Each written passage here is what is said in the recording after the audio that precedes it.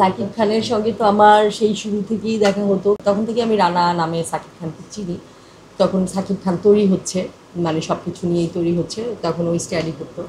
আর ওর কথাবার্তার ভঙ্গি যে সুন্দর করে আস্তে আস্তে কথা বলে, আমরা যে মেয়ে বা আমরা মেয়েরাও কিন্তু এত সুন্দর করে কথা বলতে পারি না, একজন মানুষকে হয়তো কনভিন্স করতে পারি না, মাঝে মাঝে হয়তো রেগে যাই, কিন্তু সাকিব খুব সুন্দর করে কথা বলতে পারে একদম। আর ওর খাওয়া দাওয়া খুব ভালো, আমি দেখেছি।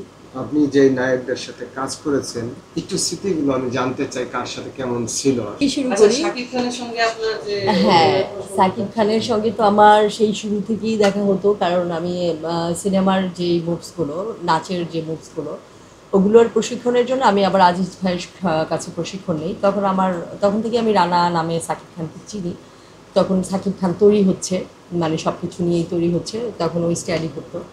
তো তখন থেকেই দেখেছি। আর আমার বার্থডেতে সাকিব এসেছিল, আমার পড়ার রুমে বসে আমরা অনেক আড্ডা মেরেছি। আমার সঙ্গে তখন আমার ফ্রেন্ডরাও ছিল, আমার স্কুল ফ্রেন্ডরাও ছিল, সাকিব ছিল। আমরা অনেকক্ষণ, মানে পুরো সন্ধ্যাটা আমরা একসাথে আড্ডা মেরেছি। তখন আমার সাকিবের সঙ্গে মুভি হয়নি। তখন সাকিব মানে অন্য মুভির কাজ করছিল, মেবি মুনমুনাফির সঙ্গে, বা এতে শামতাদুর মুভিটার মনে হয় কাজ চলছিল ওনার। তখন আমি মুভি করছিলাম হচ্ছে, বা প্রথম আমার ফিল্মে আসার পর প্রথম বার্থডে আমার বাসাতেই। তার পরবর্তীতে আমার বার্থডে হলো রধমে সুন্দরমে, মতিঝিল।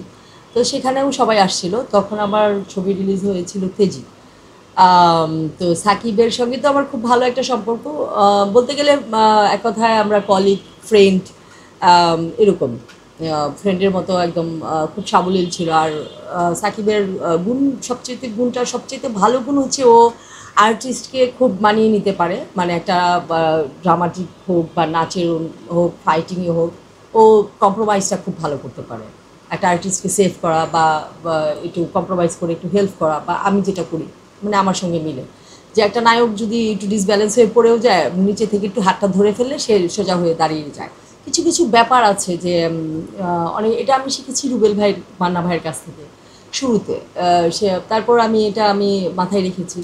তারপর আমি ফেরদৌস, সাকিব, ওদেরকেও দেখেছি। মানে যখন আমি জিনিসটা হেল্প করতাম, আমরা তো খুব মানে না ডান্সের প্রতিযোগিতা কম্পিটিশন শুরু করতাম।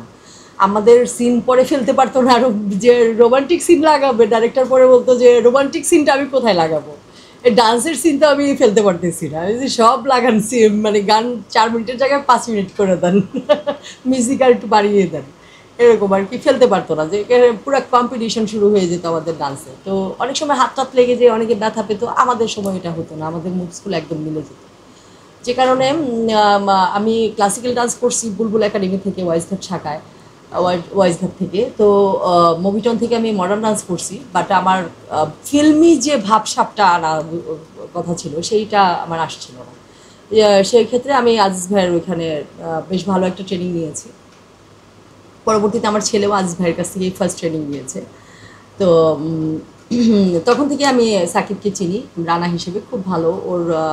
আর ওর কথাবার্তার ভঙ্গি যে সুন্দর করে আস্তে আস্তে কথা বলে, আমরা যে মেয়ে বা আমরা মেয়েরাও কিন্তু এত সুন্দর করে কথা বলতে পারি না, একজন মানুষকে হয়তো কনভিন্স করতে পারি না, মাঝে মাঝে হয়তো রেগে যাই, কিন্তু সাকিব খুব সুন্দর করে কথা বলতে পারে একদম। আর ওর খাওয়া দাওয়া খুব ভালো, আমি দেখেছি।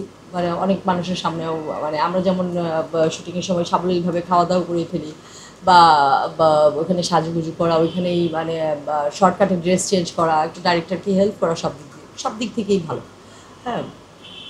তারপর বর্তমানে শাকিব খানের সাথে আপনার যোগাযোগ রয়েছে কিনা, আপনার খোঁজ খবর নেই কিনা, বা এই বিষয়ে হ্যাঁ, না তেমন খোঁজ খবর দেওয়া নিয়ে হয় না। সেই ভোটের সময় একবার সাকিবের সঙ্গে কথা হয়েছে, আর কথা হয় নাই। এই আপনি যোগাযোগ করার চেষ্টা করেন কিনা? না, আমি তেমন কাউকে ডিস্টার্ব করি না। আসলে যোগাযোগ না, এই যে গ্যাপটা কেন? আসলে এত অন্তরঙ্গ ভাব ছিল না তো আমার কারোর সঙ্গে।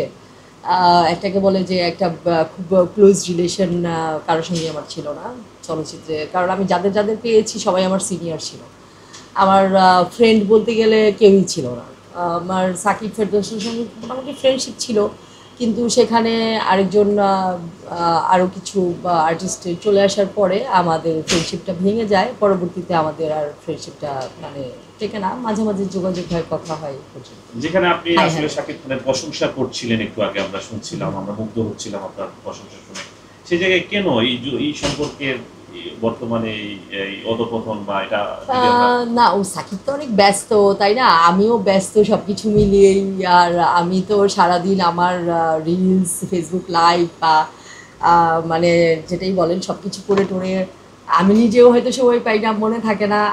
এই আর কি, প্রয়োজন হলে হয়তো আমাকে এফডিসি থেকে ডাকবে কোনো দরকার হলে, তখন আমি তো নিজেই যাবো।